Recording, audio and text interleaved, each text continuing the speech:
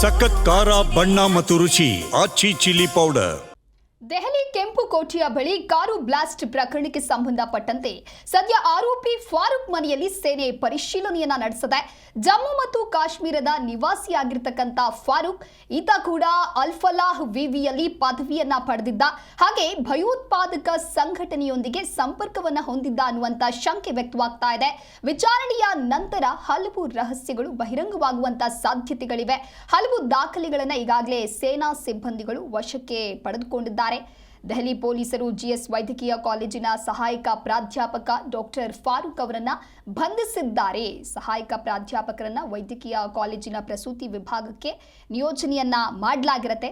ಆತನನ್ನ ಸದ್ಯ ಈಗ ಬಂಧಿಸಿದ್ದಾರೆ ಅಂತಕ್ಕಂಥ ಮಾಹಿತಿ ಇದೆ. ಆರೋಪಿ ಫಾರೂಕ್ ಮನೆಯಲ್ಲಿ ಸೇನೆ ಪರಿಶೀಲನೆಯನ್ನ ನಡೆಸಿದೆ. ಸಹಾಯಕ ಪ್ರಾಧ್ಯಾಪಕರನ್ನ ವೈದ್ಯಕೀಯ ಕಾಲೇಜಿನ ಪ್ರಸೂತಿ ವಿಭಾಗದಲ್ಲಿ ಅವರನ್ನ ನಿಯೋಜನೆ ಮಾಡಿರ್ತಾರೆ. ಡಾಕ್ಟರ್ ಫಾರೂಕ್ ಯಾರು ಅಂತ ನೋಡ್ತಾ ಹೋಗೋದಾದ್ರೆ ಆತ ಕೂಡ ಜಮ್ಮು ನಿವಾಸಿ ಆಗಿರ್ತಾನೆ. ಇನ್ನು ಸಹಾಯಕ ಪ್ರಾಧ್ಯಾಪಕರು ಸುಮಾರು 1 ವರ್ಷದಿಂದ ಅದೇ ಕ್ಯಾಂಪಸ್ನಲ್ಲಿ ವಾಸಿಸ್ತಾ ಇರ್ತಾರೆ. ಹರಿಯಾಣದ ಫರೀದಾಬಾದ್ನಲ್ಲಿರುವಂತಹ ಅಲ್-ಫಲಾಹ್ ವಿಶ್ವವಿದ್ಯಾನಿಲಯದಿಂದ MBBS ಮತ್ತು MD ಪದವಿಯನ್ನ ಈತ ಪಡೆದುಕೊಂಡಿರ್ತಾನೆ. ಸಹಾಯಕ ಪ್ರಾಧ್ಯಾಪಕ ಫಾರೂಕ್ ಜಮ್ಮು ಮತ್ತು ಕಾಶ್ಮೀರದ ನಿವಾಸಿ.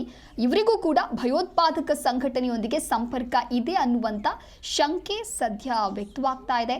ವಿಚಾರಣೆ ಸಾಗ್ತಾ ಇದೆ. ವಿಚಾರಣೆಯ ನಂತರದಲ್ಲಿ ಹಾಗಾದ್ರೆ ಇನ್ನೂ ಏನೆಲ್ಲ ಹಲವು ರಹಸ್ಯಗಳು ಬಹಿರಂಗ ಆಗಲಿದೆ, ಏನೆಲ್ಲ ವಿಚಾರಗಳು ಆಚೆ ಬರಲಿದೆ ಅನ್ನೋದಾಗಿ ಕಾದು ನೋಡಬೇಕಿದೆ.